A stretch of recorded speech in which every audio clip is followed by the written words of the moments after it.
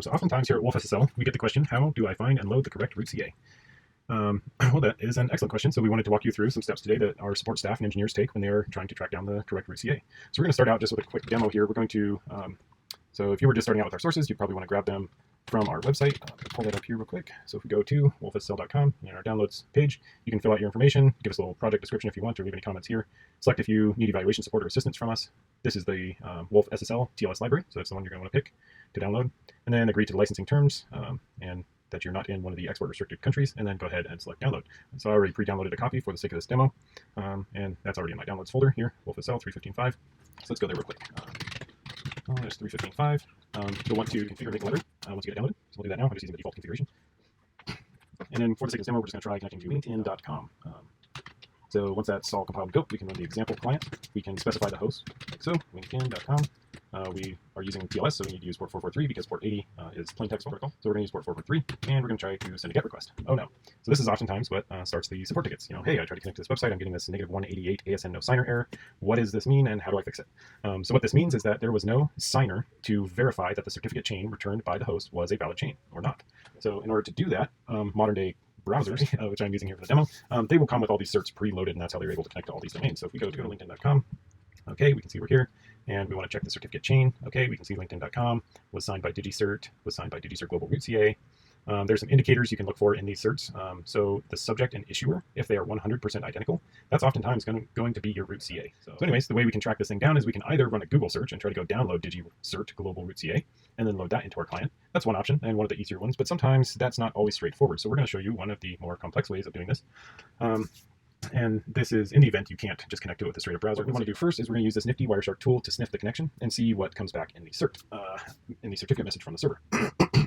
So if we run our example client here, again, actually, before we do that, I want to get an IP address so I can filter my Wireshark traffic here. And we're going to implement a filter, but to get a filter, oftentimes it's easiest to just use an IP address. So if I ping linkedin.com, it's probably hitting a load balancer and forwarding me to some other server, but that's fine. So we will just go ahead and make sure we're always connecting to the same host. In this case, we're going to use the IP 342.16.66.139. And then we're going to use our example client again, replacing linkedin.com so we don't get forwarded to a different server by the load balancer. And we're going to put in the straight IP here.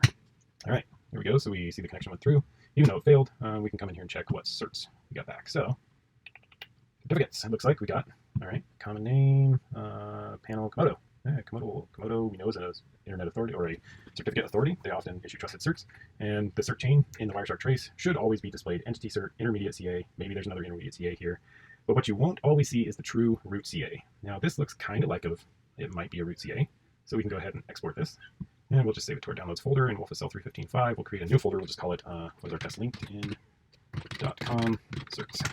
Okay, and we'll just save it here, and we'll just call this Komodo cert.pem. Or actually, sorry, it's going to be in binary format, so we'll save it as Komodo cert. It'll automatically tag on.pin.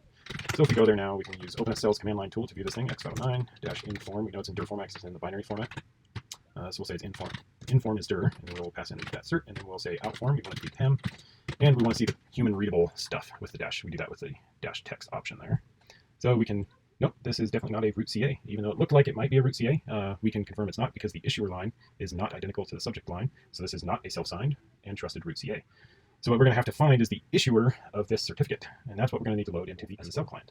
So add trust external CA root. That's what we're looking for. Unfortunately, we are going to have to use a browser to probably track it down in this case. It's not coming through in the Wireshark.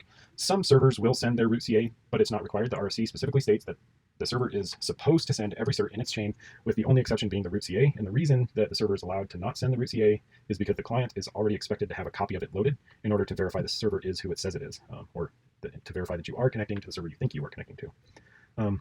So when I'm looking up certs, a lot of times you'll see these support Komodo. Yeah, that might be helpful. But what I try to look for is this incommon.org.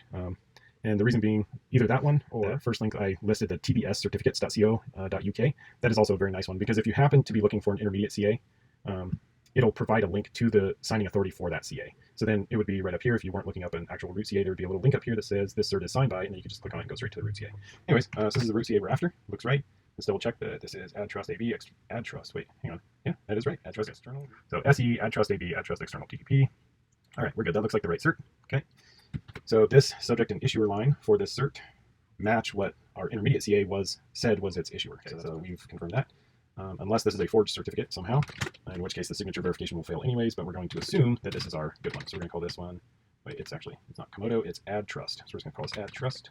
CA. It's in PEM format, so we'll just go ahead and save this PEM. Then we'll go ahead and run our example client again. And this time, we're going to load an authority file other than the default one that wolfSSL uses. And that was our LinkedIn certs and specifically the add trustca.pem. And there we have a successful connection.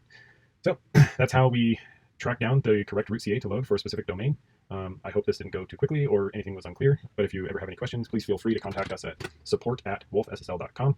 So that's support@wolfSSL.com anytime, and we'll be more than happy to answer any questions you might have about this process or this video. So thank you for watching and have a wonderful day.